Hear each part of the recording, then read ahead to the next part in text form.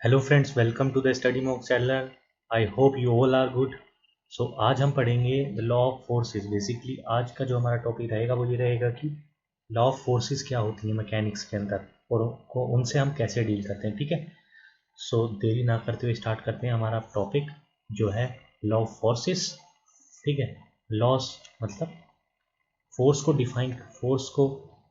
ठीक है, फोर्स को डिफाइन करने के लिए टू डिफाइन फोर्स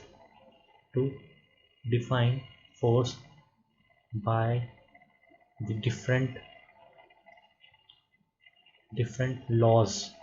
ओके, मतलब फोर्स को डिफाइन करने के लिए जो लॉज का यूज करते हैं ना उनको बोलते हैं लॉ ऑफ फोर्सेस। ठीक है, आगे चलते हैं। लॉ ऑफ फोर्सेस होती क्या है, लॉ ऑफ फोर्सेस के बारे में बात करते हैं तो पहले देखते हैं कि फोर्स होती क्या है। ठीक है, फोर्स क्या है बेसिकली। तो आपने देखा होगा जब कभी भी आप किसी बॉडी या किसी भी चीज को प्रेस पुश करते हैं, क्या करते हैं, पुश करते हैं, तो क्या होता है, body starts moving, body starts moving. Okay, इस एक्स स्केल मान लो इसको, that is y, that is x.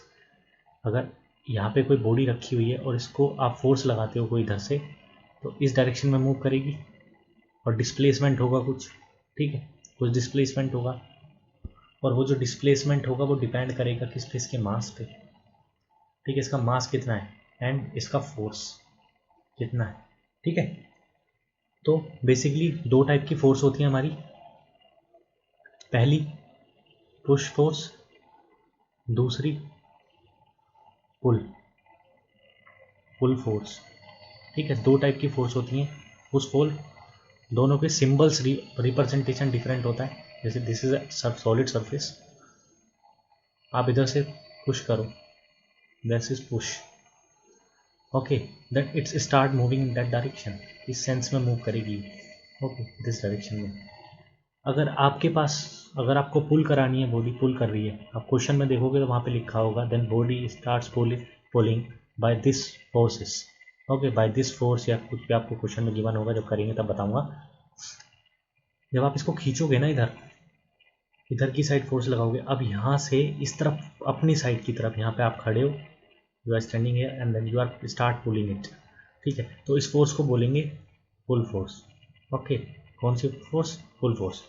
ठीक है, पुश फोर्स और पुल फोर्स, दो टाइप की फोर्स यहाँ पे होती हैं। ठीक है, अब नेक्स्ट, दो टाइप की फोर्स होती हैं। अब फोर्स को कॉमनली, इसमें फोर्स की जो यूनिट्स हैं वो क्या यूज होंगी। ठीक है, तो दो टाइप की यूनिट्स होती हैं, कलर चेंज कर लेता हूँ। दो टाइप की यूनिट होती है, पहली होती है एब्सोल्यूट यूनिट। कौन सी यूनिट, एब्सोल्यूट यूनिट। दूसरी होती है, क्या होती है दूसरी, ग्रेविटेशनल यूनिट। ओके, दोनों में क्या डिफरेंस है, दोनों में क्या डिफरेंस है। जो हमारी एब्सोल्यूट यूनिट होती है ना, बेसिकली जो हमारी एब्सोल्यूट यूनिट होती है, these are based on, absolute unit की बात कर रहा हूं मैं, एब्सोल्यूट यूनिट। ठीक है, these units are based on gravy these units are based on gravitational, बोल लो यार, न्यूटन्स सेकेंड लॉ। ओके, यहाँ न्यूटन सेकेंड लॉ आ गया, तो अगर ये सेकेंड लॉ है तो भाई फर्स्ट लॉ क्या है।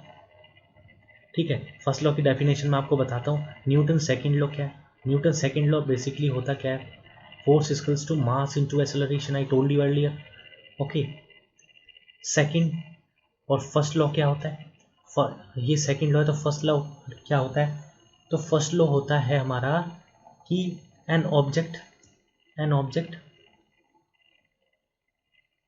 N object in a motion, मैं बता देता हूँ, an object in a motion will remains in a motion, remains in a, कहाँ पे, remains in a motion, remains in a motion unless acted, what, unless बोल सकते हैं इसको unless acted upon upon upon by the outside forces. Next page पे बताता हूँ। और ग्रेविटेशनल फोर्स क्या होती है, और ग्रेविटेशनल फोर्स क्या होती है हमारी बेसिकली, सॉरी ग्रेविटेशनल यूनिट क्या होती है, जो कि डिपेंड होती है किसके ऊपर, डिपेंड्स ऑन, किसके ऊपर, depends on the weight, depends upon the weight of body. Okay, जो कि आपको बताया था मैंने, डिपेंड अपॉन वेट, और वेट कैसा, जो कि, ठीक है, द फोर्स बोल सकते हैं, द फोर्स बाय विच, जिस फोर्स से by which the body is attracted towards, कहाँ पे अट्रैक्ट करेगी, मैंने आपको बताया था कहाँ पे अट्रैक्ट करेगी, सेंटर ऑफ द अर्थ। कहाँ पे, centre of the earth.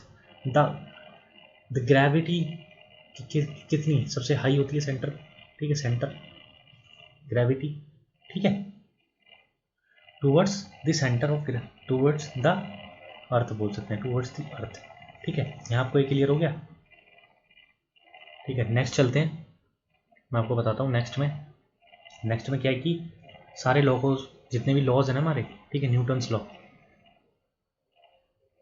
Newton's law first, second, third, ठीक है, सारे इसमें बता देता हूँ मैं। बेसिकली फर्स्ट लॉ तो मैंने आपको बताया, डेफिनेशन बता दिया, डेफिनेशन तो मैंने आपको बता दी, लेकिन होता क्या है, कैसे समझेंगे फर्स्ट लॉ। तो देखो, जैसे कोई पर्सन साइकिल से चला रहा है, ठीक है, साइकिल चला रहा है, ठीक है, एक बार पेडल मारा साइकिल में, एक बार पेडल मारा साइकिल में, और वो एक स्पीड से जा रही है, ठीक है, स्पीड से जा रही है। डेफिनेशन मैंने क्या बताई थी आपको, कि an object in a motion will remains in the motion until the acted bye the outside force. कोई आउटसाइड फोर्स जब तक नहीं लगती तब तक ये चलती जाएगी। अगर मैं बोल दूँ ना इसके नीचे फ्रिक्शन जीरो है, यहाँ पे if I told you the friction is zero, कोई फ्रिक्शन नहीं है, देयर इज नो फ्रिक्शन, तो ये क्या करेगी, चलती जाएगी। कब तक चलती जाएगी, तब तक चलती जाएगी जब तक कोई अपोजिट फोर्स इस पर नहीं लगेगी। और अपोजिट फोर्स लाइक ये साइकिल है, ओके, ये साइकिल है, और ये इस डायरेक्शन में चल रही है, ठीक है, ये साइकिल इस डायरेक्शन में चल रही है, ये चलती रही है, चल रही है, जब तक यहाँ से कोई फोर्स ना लगेगी, लाइक इधर कोई स्टोन पड़ा है बड़ा और ये रुकेगी, जब तक ये मोशन में रहेगी, जब तक अपोजिट फोर्स इसके ऊपर कोई एक्ट नहीं करेगी, ठीक है। If there is no opposite force, it's continue starts moving, ठीक है, it's will remains in moving direction, ठीक है। तो पहला लॉ हमारा यही बोलता है कि एक ऑब्जेक्ट तब तक चलती रहेगी जब तक अपोजिट फोर्स उसके ऊपर अप्लाई ना की जाए, ठीक है।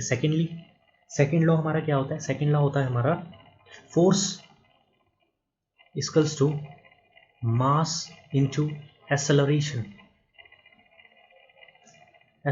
Force into mass into acceleration. इसका मतलब क्या होता है, इसका मतलब ये होता है, जो हमारा फोर्स है ना F is directly proportional to mass, directly proportional to acceleration. Mass a constant, mass, okay, mass is a constant ले लेंगे इधर से, ठीक है, मास कांस्टेंट आ गया, यहाँ से निकालते हैं ए या, directly proportional to what, acceleration, but mass inversely proportional to what, acceleration। I hope आपको समझ आया, नहीं आया तो मैं बता देता हूँ इसमें क्या है, ठीक है। कैसे कि जब फोर्स बढ़ेगा किसी बॉडी के ऊपर, आप फोर्स को जितना बढ़ाओगे, ठीक है, उसकी स्पीड क्या करेगी, कितना करेगी, एक्सेलरेट होगी ना, स्पीड बढ़ेगी ना, तो क्या होगा, इंक्रीज इन एक्सेलरेशन बढ़ेगा। लेकिन एक बात बताओ, अगर किसी चीज़ का मास इंक्रीज कर दें, किसी चीज़ का वेट ज़्यादा है, तो उसमें एक्सेलरेशन कैसा होगा? एक्सेलरेशन होगा उसके अंदर कम, ठीक है, क्योंकि ज़्यादा एक्सेलरेशन के लिए हमें ज़्यादा फोर्स की ज़रूरत होती है, ठीक है, ज़्यादा एक्सेलरेशन के लिए हमें किसकी ज़रूरत होती है? ज़्यादा फोर्स की ज़रूरत होती है, ठीक है। आई होप आपको इतना समझ आया, ठीक है, आई होप आपको इतना क्लियर हुआ। नेक्स्ट मैं आपको बताता हूँ, लास्ट क्या है हमारा? Third law. थर्ड लॉ होता क्या है? बेसिकली बहुत ही कॉमन लॉ है, हर किसी को पता होता है, ठीक है, बहुत काफ़ी लोग यूज़ भी करते हैं अपनी डेली टाइप में, ठीक है। इसका एग्जांपल चाहिए तो लाइक कोई पर्सन है सेकेंड लॉ में, और वो किसी एलिफेंट मान लो, चलो एलिफेंट मान लो, हाँ एलिफेंट मान लो, काफ़ी हैवी है ना। कोई पर्सन है, इस एलिफेंट को, ठीक है, इस एलिफेंट को उसको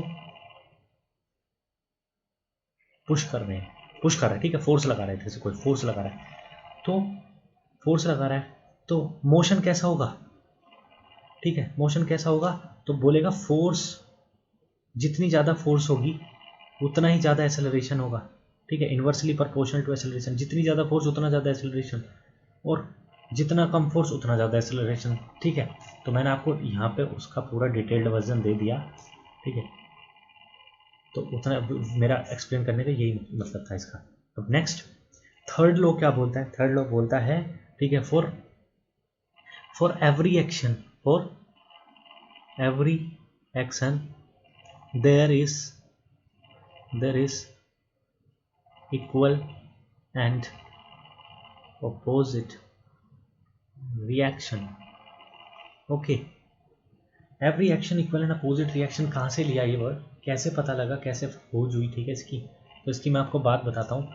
लाइक जब कभी भी तोप चलती है ना, तोप, दिस इज व्हाट, तोप, जब कभी भी तोप चलती है, ठीक है, जब कभी भी तोप चलती है ना,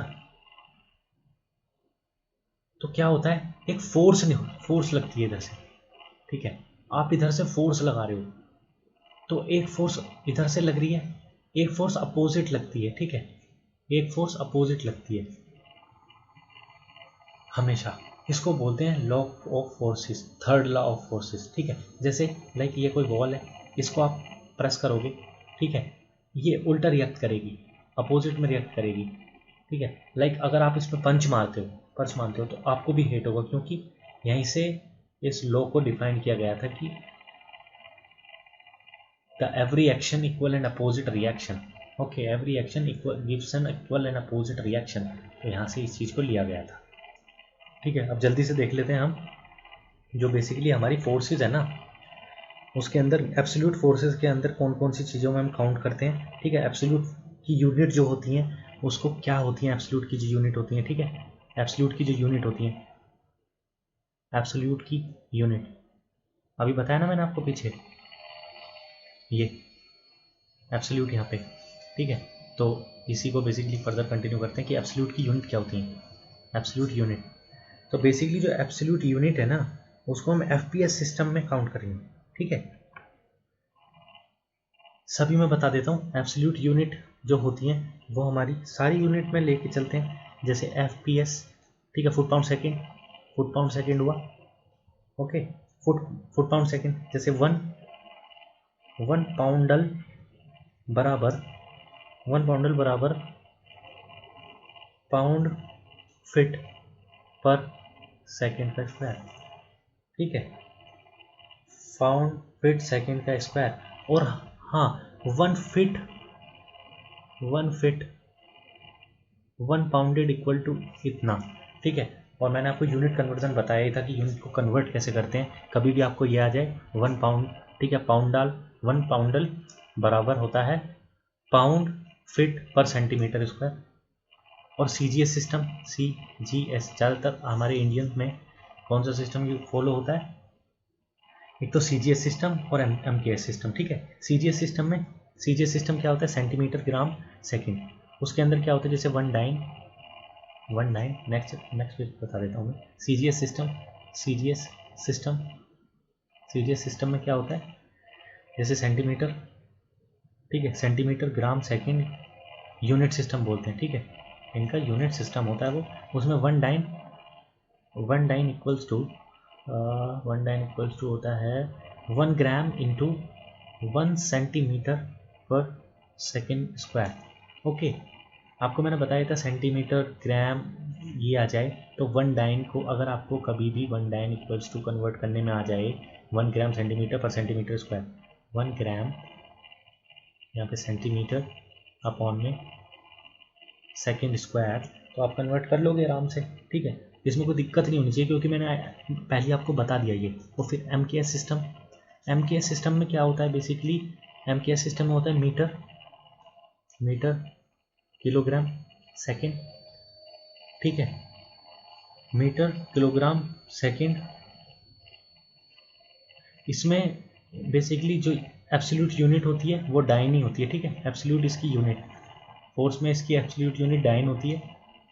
और MKS सिस्टम में जो इसकी यूनिट होती है वो कितनी होती है, न्यूटन। और मैंने आपको कल बताया था कि न्यूटन को क्या लिख सकते हैं हम, न्यूटन को क्या लिख सकते हैं, 1 न्यूटन बराबर क्या लिख सकते हैं, 1 न्यूटन इक्वल्स टू क्या हो सकता है, 1 kg into metre per second square. इसका मतलब क्या, newton equals to kg metre per second square, ठीक है। kg को क्या लिख सकते हो आप, मैंने बताया था kg को, बताया था ना, kg का सिंबल k, और उसको लिख सकते हैं 10 टू की पावर 3, तो kg को लिख सकते हैं हम 10 टू की पावर 3, क्या ग्राम 10 टू की पावर 3, ये k है ना, ये ऐसे था ना मैंने भाई, ऐसे था देखो, k और g metre per second square, देखो ग्राम में लेना, k का हट कर लेंगे यहाँ पे 3, ग्राम को ऐसे ही रहने देंगे, ठीक है। उसके बाद क्या करेंगे, मीटर का मैंने आपको बताया था क्या होता है, 1 मीटर इक्वल्स टू 100 सेंटीमीटर, तो इसका 2 सेंटीमीटर, ठीक है, तो इंटू ग्राम इंटू मीटर को कन्वर्ट करेंगे centimetre, that is what, that is 2, और अपॉन 6, ठीक है, सेकेंड का स्क्वायर, तो कितना हो जाएगा, तो यहाँ से आ जाएगा 1 न्यूटन इक्वल्स टू 10 टू की power 5, this base charge same, 10 to की पावर 5 ग्राम पर सेंटीमीटर, ग्राम पर सेकेंड स्क्वायर। ओके, अब मैं आपको बताता हूँ नेक्स्ट कि ग्रेविटेशनल यूनिट क्या होती है, ठीक है, ग्रेविटेशनल यूनिट्स क्या होती हैं, तो यहाँ पे लिखते हैं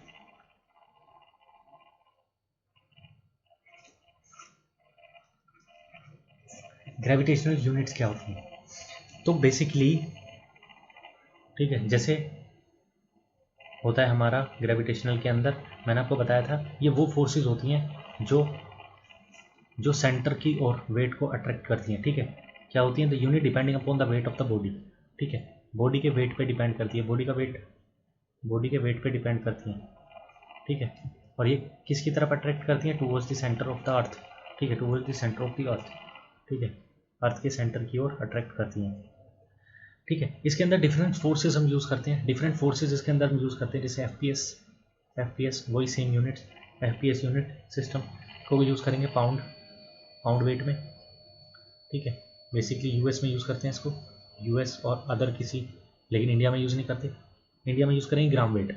ओके, सीजीएस में क्या होता है बेसिकली, ग्राम वेट, ठीक है, ग्राम वेट सीजीएस में होता है, ग्राम वेट, ठीक है, ग्राम फोर्स इतने से अप्लाई हो रहा है, ठीक है, ग्राम फोर्स को लिखते हैं। एमकेएस, ठीक है, metre kilo second, kilogram, just introduction, बहुत कम यूज़ होगा ये आपका, लेकिन मैं बता देता हूँ, ठीक है, केजीएफ किलो फोर्स में, ठीक है, एम के आ रहा है ना किलो फोर्स, ठीक है, जी आ रहा है ना ग्राम फोर्स, पी आ रहा है ना पाउंड वेट, ठीक है, पाउंड वेट, और इसको डिनोट किससे करते थे, एल बी लैप डब्ल्यू और एल बी एफ से, ठीक है, एल बी एफ से। और एक है हमारा इसके बाद क्या बचा, एफ पी एस हुआ, सी जी एस हुआ, एम के एस हो गया, ठीक है, ये है हमारी 3 यूनिट। और जैसे अब छोटा सा कन्वर्जन करना है मुझे, जैसे एल बी, ठीक है, एल बी, ठीक है, वेट इक्वल्स टू किसके होता है 32.3 पाउंड 32.3 पाउंडल्स, ठीक है, और 1 gram weight equals to 981 dyne, ठीक है, और 1 kg वेट इक्वल्स टू होता है 9.81, that is most effectively used. Okay, important है, याद कर लेना, रट लेना, ठीक है, पूरे मैकेनिक्स में आपका यूज़ होगा। ओके, सो मुझे ये बताओ, मैं आपको क्वेश्चन देता हूँ, होमवर्क है, it's just a homework, colour change करके आपको होमवर्क देता हूँ, बताना मेरे को, ठीक है। होमवर्क में क्या, होमवर्क में आपको क्या करना है, बेसिकली ये बताना है कि 40 डाइन, ठीक है, 40 डाइन इक्वल्स टू कितने ग्राम वेट के, 40 डाइन इक्वल्स टू कितने ग्राम वेट, ठीक है, ये आपका क्वेश्चन है, और ये आपको मेरे को कमेंट सेक्शन में बताना बिल्कुल, ठीक है। जैसा आपका मन करे ऐसे बता देना, मेल पे बता देना, मेरे टेलीग्राम चैनल पे बता देना, जहाँ पे आपका मन करे वहाँ पे बता देना, ठीक है। तो पूरा बेसिकली आज मेरे का यही था कि आपको ये सारे टॉपिक आपके कंप्लीट करा दूँ, इसका बेसिकली फोर्स का, बेसिकली फोर्स क्या क्या यूज़ होंगी, ठीक है, कौन कौन सी फोर्स हम पढ़ेंगे, ये सारी, ठीक है, ये सारी मैंने आपको करा दी। अब इसके बाद हम पढ़ेंगे कैरेक्टरिस्टिक्स ऑफ अ फोर्सेस, ठीक है, छोटे छोटे लेक्चर बनाऊंगा इसके बाद में, कैरेक्टरिस्टिक्स ऑफ फोर्सेस का अलग, रिप्रेजेंटेशन ऑफ अ फोर्सेस अलग, टाइप ऑफ फोर्सेस फिर स्टार्ट होगा, ठीक है, टाइप ऑफ फोर्सेस, अभी ये फोर्स की यूनिट है, ठीक है, अभी फोर्स की यूनिट डिस्कस करिए, अभी टाइप ऑफ फोर्सेस आएगा, ठीक है, कौन कौन सी फोर्स होती है, टेंसाइल फोर्स होती है, कंप्रेशन फोर्स होती है, शियर फोर्स होती हैं, जितनी भी फोर्सेज हैं, ठीक है, नेक्स्ट चैप्टर में उसको हम डिस्कस करेंगे, ठीक है। अभी तक के लिए इतना, अगर आपने अभी चैनल सब्सक्राइब नहीं किया है तो प्लीज़ सब्सक्राइब कर लीजिए, ठीक है। अगर आप इस चैनल बेसिकली इस टॉपिक से रिलेटेड अगर आप पढ़ रहे हैं, ठीक है, आप इसको लाइक कीजिए, ठीक है, लाइक कीजिए, सब्सक्राइब कीजिए, अगर अच्छा लगे तो लाइक कीजिए, बुरा लगे तो कमेंट कीजिए, ठीक है, डिसलाइक कीजिए, जो आपका मन करे वो कीजिए, ठीक है। तो लास्ट ख़त्म करते हुए, all your dream can come true if you have a courage to pursue them, ठीक है, वॉल्ट डिज्नी ने बोला ये, ठीक है, ठीक है, आपकी सारी जितनी भी आपकी ड्रीम्स है ना, ठीक है, हो जाएगी पॉसिबल, जो भी आपने सोचा है मुमकिन है, ठीक है, अगर आप में हौसला है उसको पूरा करने का, ठीक है। तो हमेशा अपने गोल पे बने रहिए, ठीक है, जो आप मेहनत करते हो उसका 100% दीजिए, और हाँ, आप जब भी पढ़ें तो एप्लीकेशन बेस पढ़ें, ऐसा मत पढ़ें कि बस जो उठाया पढ़ लिया, नहीं समझ आया तो अरे अब तो आ ही गया, बाद में भी कर लूँगा, बाद में नहीं होता, you must to go through application अगर नहीं होगी तो आप नहीं कर पाओगे पेपर के अंदर, ठीक है, अगर आप पे एप्लीकेशन नहीं है तो नहीं कर पाओगे, ठीक है। अगर आपने अभी तक सब्सक्राइब नहीं किया, और अगर आपने बेसिकली टेलीग्राम को ज्वाइन नहीं किया तो ज्वाइन कर सकते हैं, ठीक है, और इंस्टाग्राम पे भी मुझे फॉलो कर सकते हैं, ठीक है। तो आज के लिए इतना ही। If you like this video please do subscribe our channel and do like, ठीक है। If you have any query please comment in below section, okay. So bye, till then tomorrow we will meet soon with the new exercise and the characteristics of forces. Okay, bye, take care.